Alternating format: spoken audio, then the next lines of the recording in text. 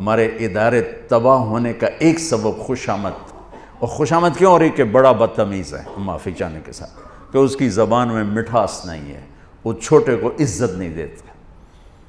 میرے نبی نے تو اولاد سب سے بڑی نوکر ہوتی ہے، یعنی باپ اگر بیٹے کو اللہ نہ کرے کسی بات پہ قتل کر دے تو شرعاً باپ پر قتل کی سزا نہیں ہے۔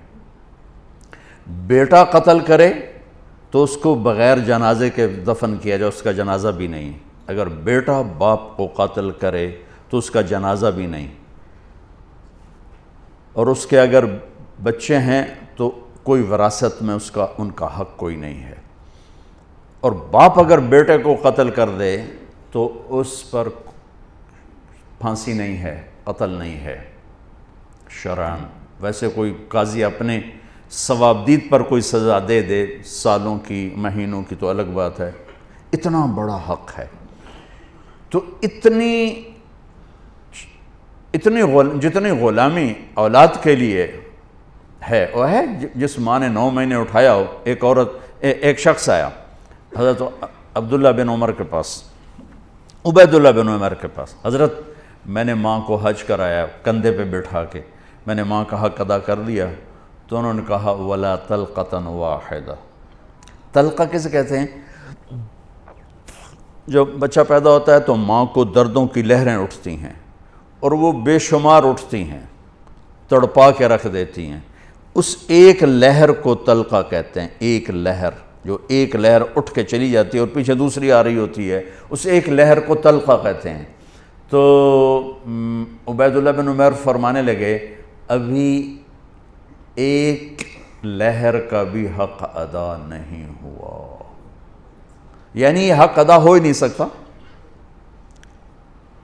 عبداللہ بن عمر سے کسی نے پوچھا حضرت میں نے اپنے ماں کو خراسان سے کندھے پہ بٹھایا، خراسان یہ جو ایران میں، اور میں مکہ پہنچا کندھے پہ بٹھا کے، سارا حج کرایا، تو میں نے ماں کا حق ادا کیا۔ انہوں نے کہا ولا ظفرۃ واحدہ، تیری ماں تجھے سنبھالتے ہو جب تھک کے گہرے گہرے سانس لیتی تھی نا، ابھی ایک سانس کا بھی حق ادا نہیں ہو، اتنا حق رکھا ہے۔ میں قربان جاؤں اپنے نبی کی سیرت پر، آپ نے فرمایا اکرموا اولادکم، اپنی اولاد کو بھی عزت دو، اپنی اولاد کو بھی عزت دو۔ ماتحت کو عزت دینا یا چھوٹوں کو عزت دینا تو اس سے بھی بڑی بات بن جاتی، جو تمہاری جن کو قتل بھی کر دو تو تمہارے اوپر کوئی مقدمہ نہیں بن سکتا ہے۔ آپ نے کہا اپنی اولاد کو عزت دو، کہ ان کے اندر عزت بھرو گے تو وہ واپس آئے گی۔ جب ہر وقت ڈنڈا چڑھا ہوا ہے، کتنا پڑھ لیا، کتنے اے آ گئے، کتنے بی آ گئے، کتنے سی آ گئے، جب ہر وقت ان کے سروں پہ یہ تلوار، 3 سال کے بچوں کو اسکول میں مائیں ڈال دیتی ہیں، ان سے بڑا ظالم کون ہوگا؟ 3 سال کا بچہ بھی اسکول جانے کے قابل ہوتا ہے، وہ تو ماں کی گود کے لیے ہوتا ہے۔ 7 سال تک میرا نبی کہتا ہے نماز پڑھنے کا نہ کہو، نماز جیسے فریضے کو جو سب سے زیادہ شریعت میں ہائی لائٹ ہوا ہے، 7 سال تک وہاں نماز بھی نہ تو کیا کرو کہ پیار دو، چھاؤں دو، جھولی دو، گود دو۔ جو ماں 2 بچوں کو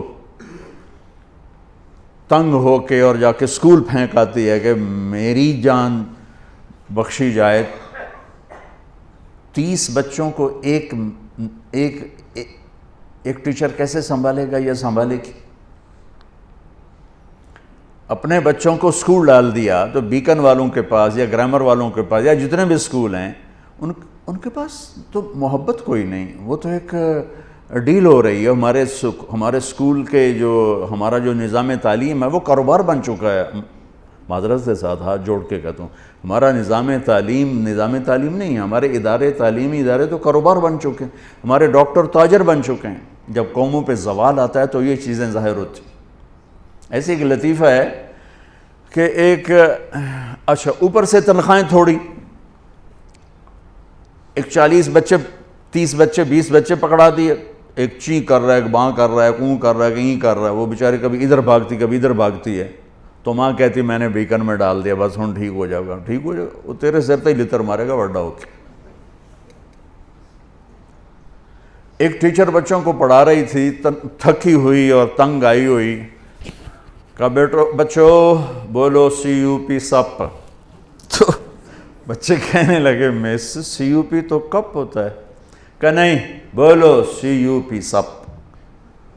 تو انہوں نے بچوں نے پھر کہا مس CUP کپ ہوتا ہے، انہوں نے کہا اتنی تھوڑی تنخواہ میں CUP سپ ہی رہے گا، کپ نہیں ہو سکتا۔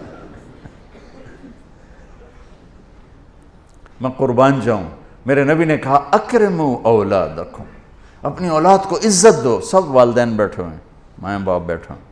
میرے نبی خود کیسے عزت دیتے تھے؟ یہ میرے نبی کا گھر ہے، یہ آپ کی بیٹی فاطمہ کا گھر ہے، بیچ میں 2 گھر ہیں، تیسرا کا چوتھا گھر حضرت فاطمہ کا، اور آنا جانا کبھی کبھی نہیں ہے، ہر دوسرے تیسرے دن آنا ہے، روز بھی آنا ہے، چونکہ ساتھ ساتھ تو گھر ہیں۔ اور آپ کو اپنی اولاد میں سب سے زیادہ پیار حضرت فاطمہ، میرے جگر کا ٹکڑا ہے، جس نے اسے سکھ دیا اس نے مجھے سکھ دیا، جس نے اسے تکلیف دی اس نے مجھے تکلیف دی۔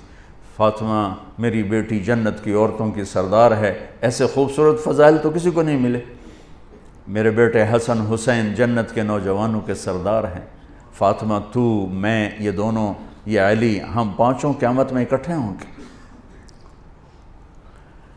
میرے نبی چیئر پر بیٹھے ہوئے ہیں، زمین پر بیٹھے ہوئے ہیں، چارپائی پہ لیٹے ہوئے ہیں، اور حضرت فاطمہ انٹر ہوتی ہیں، ہم سب والدین بیٹھے ہوئے ہیں۔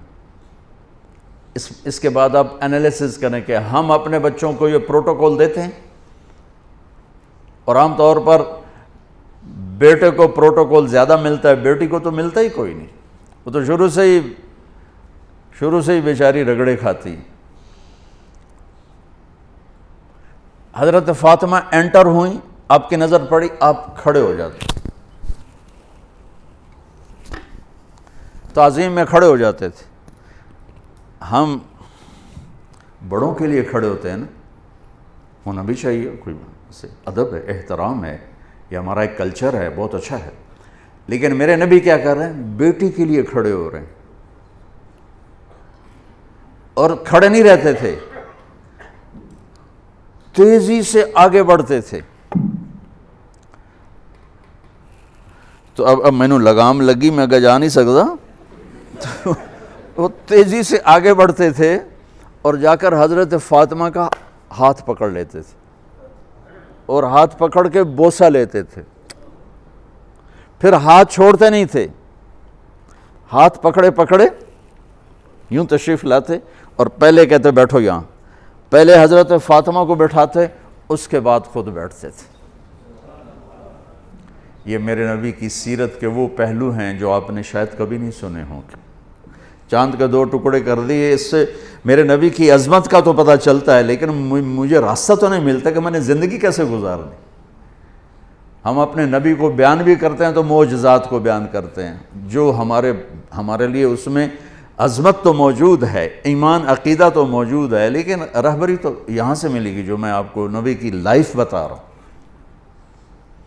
کھڑے ہو جاتے، اور حضرت فاطمہ بھی اپنے ابا کے ساتھ یہی کرتی تھی۔ پھر اولاد کا بھی رکھ کہ جو ہی اللہ کے نبی انٹر ہوتے، وہ بیٹھی ہیں، وہ لیٹی ہیں، وہ کوئی کام کر رہی ہیں، ایک دم بجلی کی تیزی کے ساتھ جاتی، اپنے باپ کا ہاتھ پکڑ کے بوسہ لیتی، پھر ہاتھ نہیں چھوڑتی تھی، ہاتھ پکڑے پکڑے پکڑے پہلے اپنے حبیب والد کو بٹھاتی، پھر اس کے بعد خود بیٹھتی تھیں۔ میرا نبی چھوٹوں سے یوں کر کے دکھا گیا۔ آپ بڑے افسر اگر چھوٹوں کو عزت دیں گے تو آپ کے دفتر جھوٹ سے پاک ہو جائیں گے، آپ کے دفتر منافقت سے پاک ہو جائیں گے، آپ کے دفتر خوشامد سے پاک ہو جائیں گے، غلط فیصلوں سے پاک ہو جائیں گے۔ جب آپ کو کوئی مشورہ دینے والا صحیح مشورہ ہی نہیں دے گا تو آپ پر وحی تو آتی نہیں کہ آپ صحیح فیصلے کریں۔ ہمارے فیصلے کتنے غلط ہوتے ہیں، آپ کو اندازہ ہی نہیں، کیونکہ آپ لوگ اسلام آباد میں بیٹھیں، ٹھنڈے دفتروں میں بیٹھیں، ٹھنڈے ایڈیٹوریم میں بیٹھیں، کانفرنس بھی ٹھنڈے ایڈیٹوریم میں ہے، تو چکوالج کی ہو رہا ہے تو انہوں کی پتہ، جہاں پانی کی بوند نہیں مل رہی،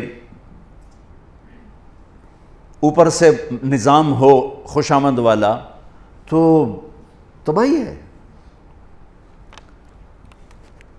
عبد الملک ابن مروان اموی بادشاہوں میں مروان کے بعد پہلا جب بادشاہ بنا تو جو جیسا بھی تھا لیکن اس کی آپ بات سنیں. جب وہ بادشاہ بنا کہا بھائی دیکھو چند باتیں میری سن لو، اپنی درباریوں سے کہا میری چند باتیں سن لو، کوئی میرے سامنے جھوٹ نہ بولے. جس کا جھوٹ ثابت ہو گیا وہ اپنی زندگی کی پھر خیر منائے. کوئی میرے سامنے خوش آمد نہ کرے. میں جتنا اپنے آپ کو جانتا ہوں اتنا تم مجھے نہیں جانتے ہو، لہذا کوئی میری خوش آمد نہ کرے. اور کبھی مجھے کسی کے خلاف نہ بھڑکایا جائے. میں بادشاہ بن چکا ہوں، میری تلوار نیام سے باہر ہے. اگر مجھے کسی نے غلط کسی کے خلاف بھڑکا دیا اور میری تلوار چل گئی تو صرف میں مجرم نہیں ہوں گا، وہ بھی مجرم ہوگا، پھر ان کی بھی نسلیں برباد ہوں گی. لہذا کوئی میرے سامنے کسی کی شکایت نہ کرے میرے سامنے. تو لفظ تو ایک تھا لیکن بات بہت لمبی ہو گئی، لیکن مفید ہی ہوئی.